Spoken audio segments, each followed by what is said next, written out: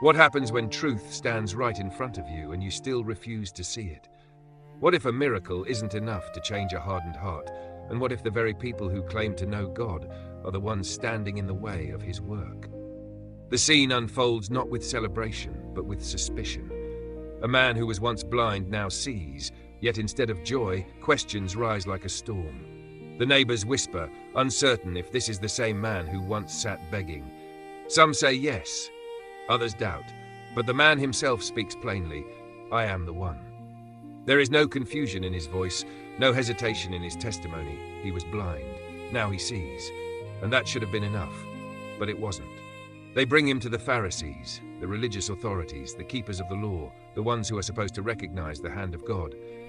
Yet from the very beginning, something feels off. The focus is not on the miracle, but on the method, not on the transformation, but on the timing. It happened on the Sabbath, and suddenly that detail overshadows everything else. Instead of asking, how did God move, they ask, why did this happen today? Instead of celebrating a life restored, they begin dissecting the situation, looking for fault, for violation, for something that doesn't fit their expectations.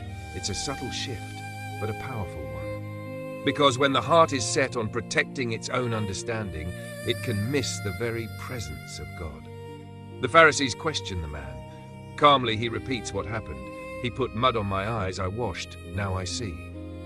It's simple, direct, undeniable, but simplicity doesn't satisfy them. Some among the Pharisees immediately draw a conclusion. This man is not from God, for he does not keep the Sabbath. Others hesitate. How can a sinner perform such signs? And just like that, division enters the room. Even among the learned, there is confusion. And so they turn back to the man. What do you say about him? They ask, pressing him further as if the answer might change under pressure. But the man doesn't waver. He is a prophet. It's a bold statement, especially coming from someone who, just hours before, was dismissed as a blind beggar.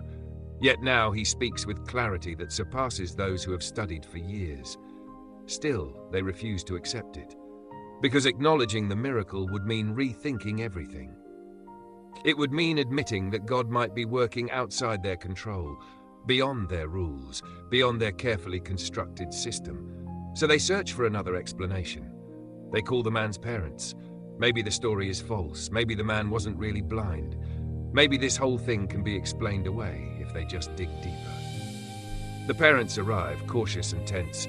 They are asked 3 questions. Is this your son? Was he born blind? How does he now see?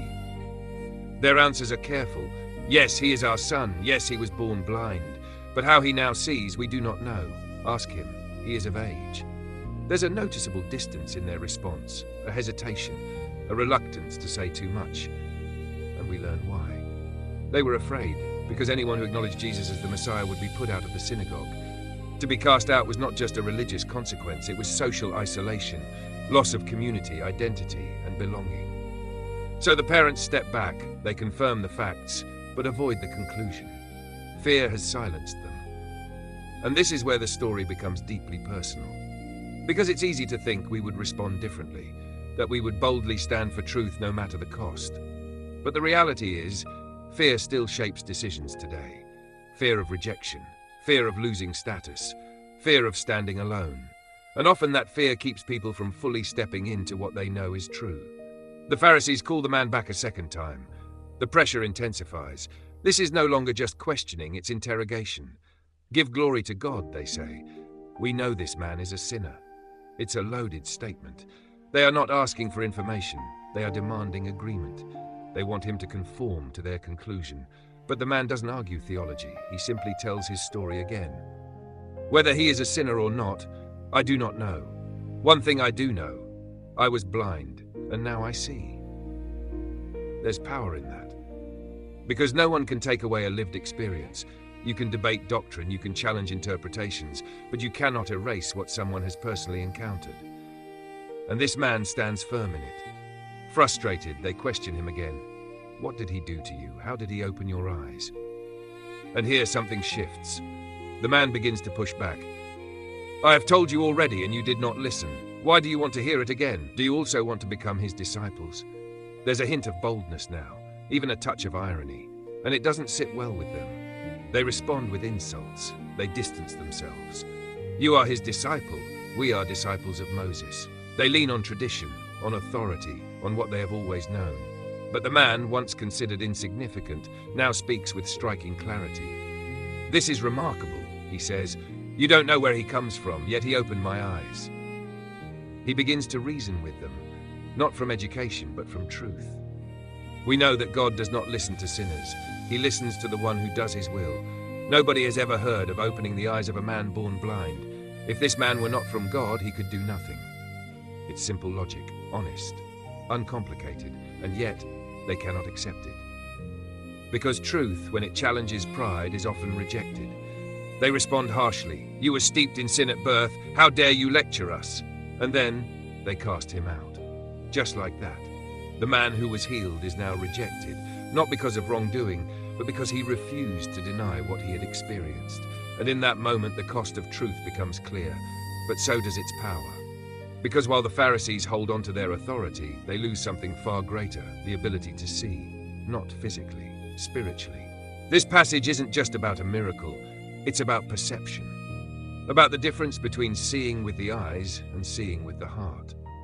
The Pharisees had knowledge, structure, discipline. They knew the law inside and out, but they missed God. Why? Because they were more committed to being right than to being open. They had already decided what God could and could not do. And when he moved outside those boundaries, they rejected it, not because it lacked truth, but because it didn't fit their expectations. And that raises a question worth sitting with. How often do we do the same? How often do we filter truth through our comfort, our assumptions, our need to maintain control? It's easy to look at the Pharisees and think, "I would never respond like that." But the reality is, their mindset still exists, not just in institutions, but in individuals. In moments when we resist change, in times when we dismiss something simply because it challenges us, in situations where we prioritize being correct over being transformed. The healed man didn't have all the answers. He couldn't explain every detail, but he knew what had happened to him, and that was enough. Sometimes faith begins not with full understanding, but with honest acknowledgement. I don't know everything, but I know this is real. And that kind of faith can be more powerful than polished arguments, because it's grounded in truth, not performance. The Pharisees, on the other hand, had all the structure, but lacked humility. And without humility, even the clearest miracle can be dismissed. This passage invites a shift in perspective, not just to admire the miracle, but to examine the response. Because the real question isn't just, do we believe in miracles? It's, are we willing to recognize them, even when they disrupt our expectations? Are we open to God moving in ways we didn't anticipate? Are we willing to listen, even when the message comes from unexpected places? Or do we cling so tightly to our framework that we miss what's right in front of us? The story doesn't end with the Pharisees' rejection. It continues beyond this moment. Because truth doesn't depend on acceptance to remain true. And light doesn't stop shining just because some choose to close their eyes. So maybe the invitation here is simple. Stay open, stay honest, stay willing to see, even when it challenges you, even when it costs you. Because sometimes the greatest blindness isn't the inability to see, it's the refusal to. Thank you for watching this video. If this message spoke to you, take a moment to like, follow the channel, and share it with someone who might need to hear it today.